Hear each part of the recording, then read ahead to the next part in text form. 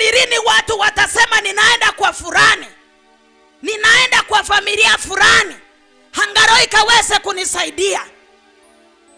Ninaomba kalenda yako usiku wa leo ubebe kiwango cha imani. Yesu abadilishe tu. Aliyetuumba kwa mfano wake abadilishe tu, hakubanguze machozi kwa jina la Yesu Kristo. Ikiwa kuna moyo wa Farao ndani yako, Yesu akauondoe, akakupe moyo wake ndani yako. Huo moyo ukakuongoze kwa jina la Yesu Kristo. Amen. Hautabakia vile ambavyo Shetani anataka. Hautakaa vile ambavyo watu wapoma wanataka.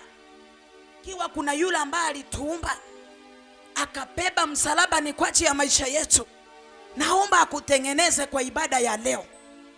Wanapokutafuta kwenye virindi wasikuone, wanapotafuta ndoa yako wasione, wanapotafuta biashara zako wasione. Badala ya kusimama bado unanawiri tu. Si leo hii upokee nyota yako hapa kwa jina la Yesu Kristo.